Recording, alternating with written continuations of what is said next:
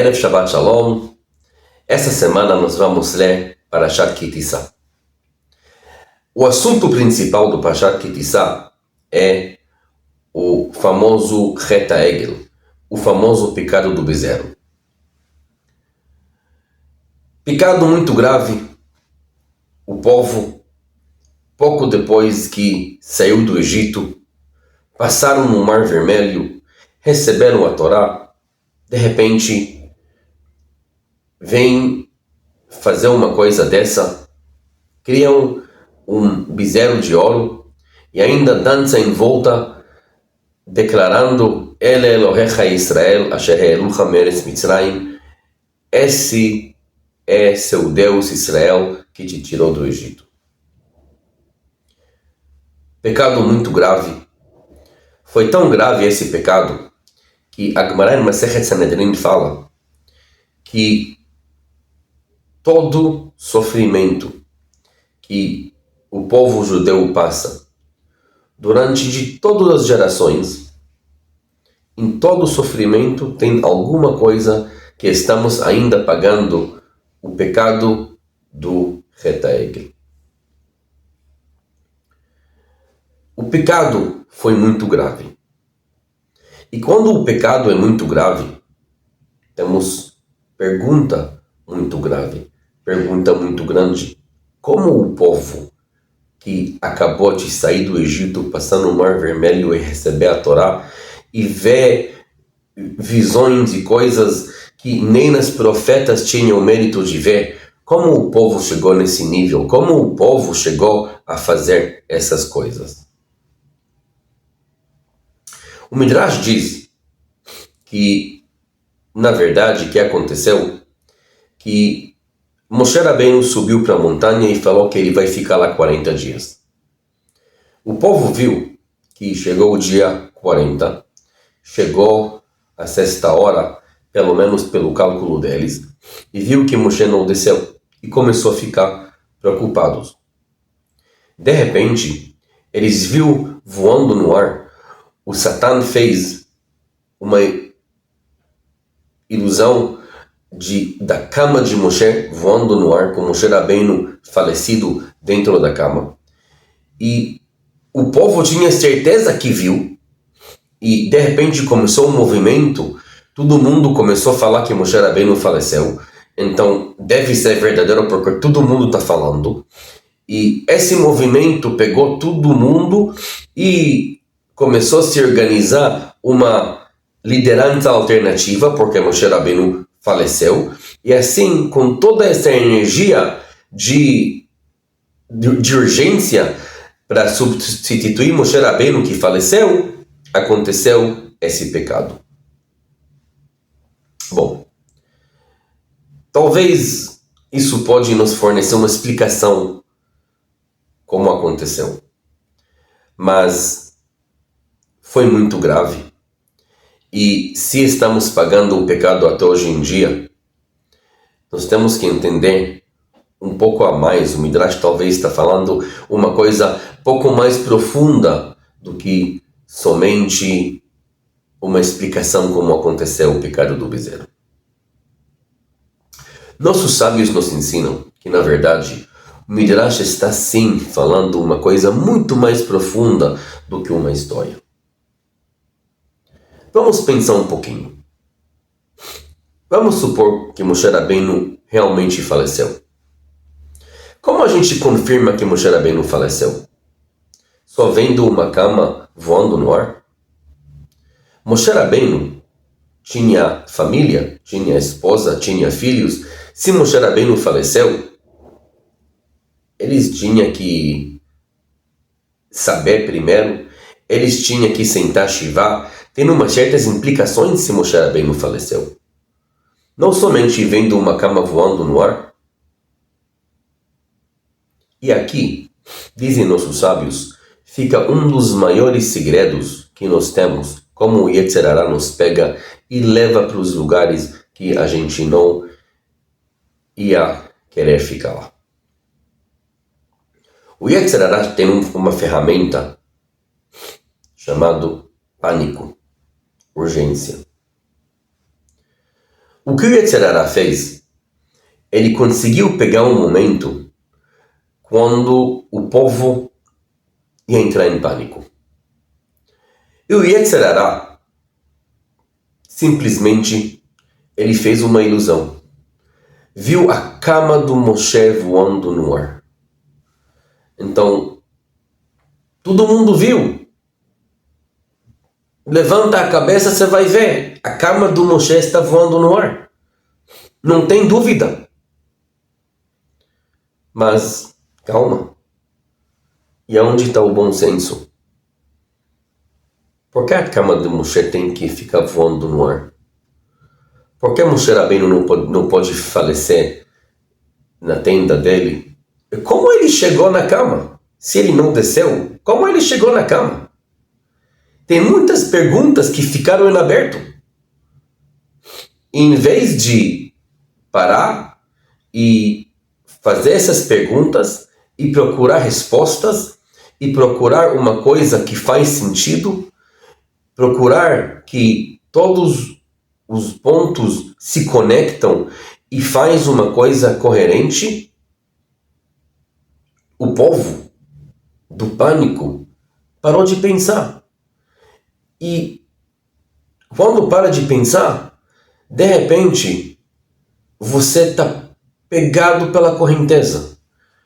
O Yetzer Hara, o que falta para ele, são somente poucas pessoas que vão começar a fazer uma movimentação errada. E todo mundo que está envolvido no pânico, todo mundo vai junto com essas pessoas. As pessoas não vão parar para pensar, as pessoas não vão procurar o sentido. E se alguém ia começar a fazer perguntas naquele momento, eu falar para ele, que isso? Agora é a hora de fazer perguntas? Olha a cama do Moshe, olha o que está acontecendo, olha o povo inteiro. Como você está fazendo perguntas, como você está duvidando uma coisa tão simples porque todo mundo está falando. Esse, diz o Midrash, é o momento do pecado. Esse é o grande pecado. O que acontece depois, é óbvio, o Yetzer Hara queria que chegasse lá. Mas o grande pecado é que no momento de pânico, no momento de desespero, no momento que a gente começa a ver ilusões, temos que parar, temos que racionalizar, temos que pensar, temos que ver a realidade como que ela é. Não somente as ilusões e que todo mundo está correndo atrás. Isso está errado. Diz a Gemara que realmente, em todas as gerações, nós estamos ainda pagando, mesmo um pouquinho, pelo pecado do bezerro. A Gemara quer nos transmitir essa mensagem. A gente sabe que Hashem não tem motivo nenhum para fazer a pessoa sofrer. Hashem não ganha nada com isso. E se a pessoa passa por um aperto, por um sofrimento, é porque Hashem quer abrir os olhos da pessoa de alguma coisa. E se a pessoa realmente tem que começar a pensar, abrir os olhos de quê? A pessoa tem que saber, diz a Gemara, que tudo está ligado àquele pecado do bezerro. Quer dizer, tudo está ligado com a pessoa foi atrás de uma ilusão e agora ele está em um lugar, em uma posição que na verdade ele nunca imaginou que ele vai estar lá. De repente o que levou ele é a correnteza das pessoas. Não é o bom senso. Não é a escolha dele. Nós temos que saber como Yehudi que o nosso ponto forte é sempre que a gente não foi atrás da correnteza do mundo. Muita coisa aconteceu no mundo, muita coisa, o mundo entrou em pânico e de repente levou o mundo inteiro atrás de certas ideias e de certas ideologias, etc.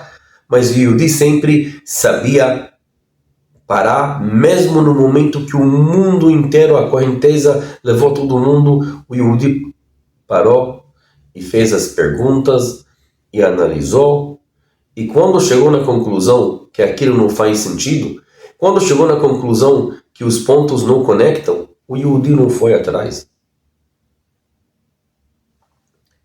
Essa é a mensagem que nós temos em nossa paraxá.